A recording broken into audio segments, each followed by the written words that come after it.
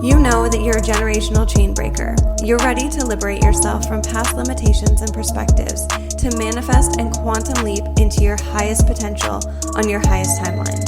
But sometimes you need a little support on your journey. If you're ready to live an abundant life, grounded and secure in your body and in the real world, join us here to expand your perspective and learn new tools. I'm your host, Becky Roytz, a Reiki master, author, healing hairstylist, and life coach, and this is the Everyday Healing Podcast. Okay, so I took myself on a plant medicine journey, and of course, I am going to share all of the details with you guys here first, and all of the dirty details, not just the filtered social media version. So here we fucking go. I hope you're ready.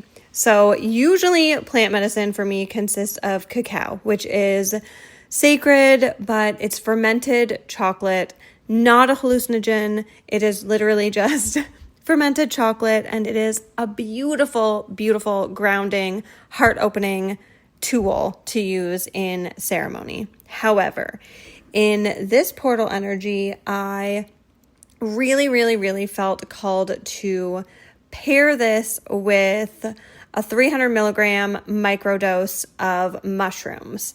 So, and for those of you who don't know, I am an absolute baby when it comes to drugs. I am super sensitive to THC. I am not someone who does drugs on a regular basis or is like well practiced in them. So I've microdosed mushrooms, I think maybe like twice before, and that is it. So the fact that this came in was almost like a little bit jarring for me, but at the same time, it was a very intuitive knowing. And I was like, okay, cool. This is what I'm going to do. And when I learned cacao, I also learned that when you pair another type of plant medicine with cacao helps ground that medicine and deepens the journey. So I was like, okay, cool. This is going to be beautiful. It's going to be potent. It's going to be powerful. I'm here for it. My husband's away for a bachelor party for the weekend. Let's do this. So I had a really high protein breakfast and drank lots of water, made sure I was nice and hydrated in the morning. And I didn't drink any caffeine at all because I didn't want anything to interfere with the journey. So at about 12:40ish, I think, I decided I was going to do my cacao ceremony, and I took the microdose of mushrooms when I still had like one or two sips left of my cacao. Obviously, I set my intention to go within, to turn inward, and to access whatever clarity or information it was that I needed for my greatest and highest good. And I set this intention. I literally had a couple sips of cacao, and all of a sudden, this ancient Egyptian Reiki master symbol literally just like flooded into my field, and I was like, what the heck? Okay, so I wasn't even done drinking my cacao. I went down, pulled out my Reiki Master's book to find this symbol. And I just had this knowing that I was being initiated with this symbol to connect with my ancient Egyptian guides or lineage, I guess. So I was like, okay, cool. Let's do this. And I'm kind of laughing to myself. So I'm like, I haven't even taken the mushrooms yet. Like, this is wild. So I did some self-Reiki. I initiated myself with this symbol, and I just opened myself up to receive. And then I took the mushrooms, finished my cacao, and decided that I was going to shower because I knew that it would also take some time for the medicine to really land in my body. I moved a little bit outside before I came in, decided that I was going to take a shower because my hair was dirty and I just wanted it to be clean and wanted to give the medicine time to settle into my body. Because I also am a real human living a real life, I was like, this is the time that this is going to fit in. So now this is where I'm going to overshare with you a little bit, but I told you I was going to give you all the details. So I get into the shower and my intuition is like pleasure. And I'm like, okay. And so I pleasure myself in the shower and literally know that this is also a part of the initiation. And I'm like, okay, I'm like in the water element and I am also receiving this healing energy and this abundance energy through the activation of pleasure. Super cool. Okay, I'm here for it. So I get out of the shower, go back outside. By the time I get back outside, I am just exhausted. The medicine hit and my eyes are like barely open. And I go to sit down, I'm holding my card deck, like my oracle cards, to my chest, and I want so badly to set my intention to pull an oracle card, and all I can receive is rest. Put the cards down, rest. So I literally just laid down on the couch outside and just allowed myself to be still. And I let go of my attachment to wanting an intuitive download, to getting answers, to getting clarity, and knowing that all I really needed in that moment was to rest. And I knew that was what I needed. I had pulled a rest card a few days prior and was like, yeah, I'm resting, and just kind of carried on. And I laid there for at least half an hour. I didn't sleep. I just laid in stillness with my eyes closed. Sometimes I'd kind of like open them up and just stare at the trees, but I just allowed my body to fully rest, to not search for things, to not overthink. I just rested. And I am telling you this part because I know that it can be really hard when we set an intention to do a ritual or a ceremony or a journey to not be attached to the outcome of receiving something cool or to having a big aha moment or a big epiphany. Sometimes we really just need to surrender to what it is that we truly freaking need. After I rested, I got up mainly to get water. I knew I needed more water. I drank some water and I was like, oh, okay, I'm awake again. It's all good. And I was able to pull a couple cards. And of course, the first card that I pulled was 888. And I'm laughing to myself because I'm like, of course, like the Lionsgate portal is like the eights. And of course, that's what I'm going to pull. And the first card that I pulled was Rare Success. And it was the card reminder of sometimes the need for immediate results has to be sacrificed to the timing needed for the success of the greater purpose or the bigger picture, which is essentially trusting in the divine timing.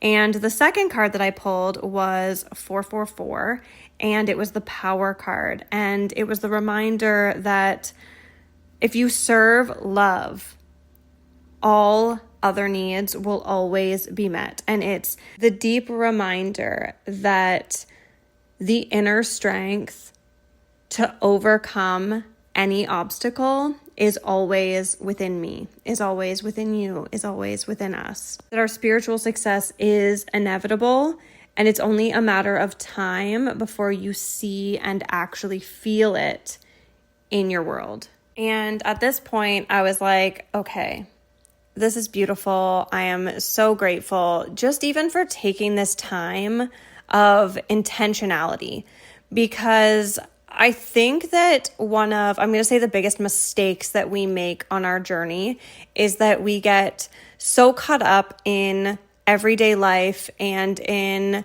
thinking that we need to outsource our power and our success. And I'm giggling because of the cards that I pulled, that we forget to just take the time to turn inward and access all of the friggin' wisdom that we have available to us. So when I closed this down, I connected back with that Egyptian Reiki symbol, and I really just allowed it to open my heart that much deeper. It helps open the heart and the third eye and reconnect to the soul. And it really just felt like this whole exercise or this whole journey that I did was really like a mini soul retrieval of just kind of calling all of my energy, all of my power back into my being right now. And I'm sharing all of this with you, A, so that you also have the takeaways, B, so that you know what it actually looks like when I do like a full-on ritual, and C, to remind you that just like you, I am also a human, and I do not live my life in constant ceremony and constant rituals. I live like a regular, everyday person. I get up and I eat breakfast in the morning. I have a coffee in the morning. I get myself ready. I go to work. I live my purpose, which I am so fucking grateful to do, and which I feel like this ceremony really just helped me anchor into. And for those of you who are in here, you fucking know that those cards are literally what I am currently so hyper focused on. I am focused on pure embodiment of my gifts and my power, and sharing that with the world, and trusting that that is finding and meeting everyone who is meant to be in my world, and seeing that play out in real time, and seeing that ripple effect grow and grow and grow.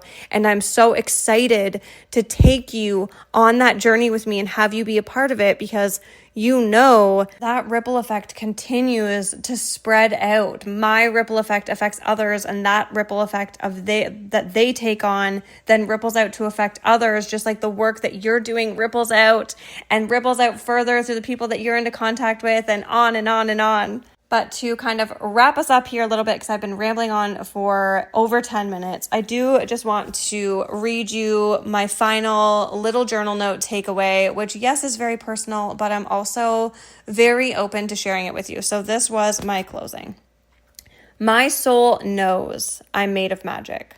My soul knows I'm here for rare success and to serve through love and hone in on my power. Today was a loving reminder. An intentional time of devotion to myself, time to turn inward, time alone and in stillness. Every one of us has access to all magic, to all lineages, to all initiations and attunements. We just have to learn to trust ourselves enough to tune in. So that was my little journal note, and I just want to remind you, and I want you to, at the very least, take that away from this voice note, that you have access to all of the magic.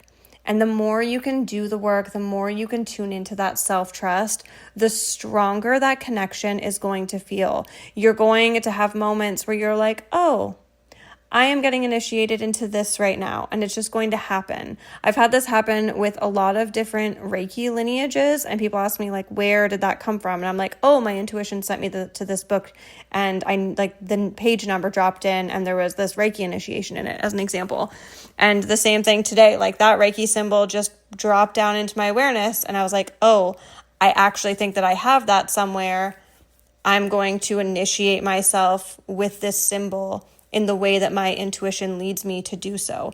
It's not something that I scrambled on YouTube to find or scoured the internet for someone who can initiate me into it. I just trusted my intuitive knowing that however I was going to do it was exactly how it needs to be done.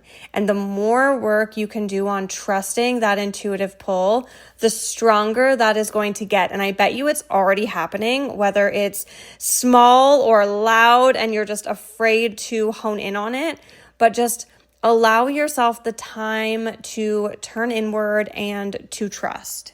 And you don't have to make it an elaborate ceremony. I was just gifted with a day all to myself today that I had the time and the space to do that.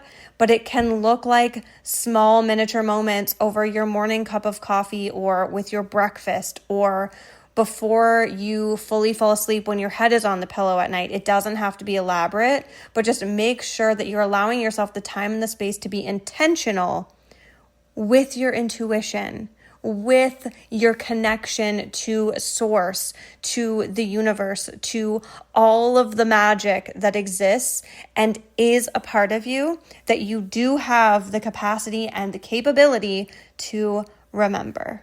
Okay, I'm officially done sharing. So much love to you. Thanks for listening if you made it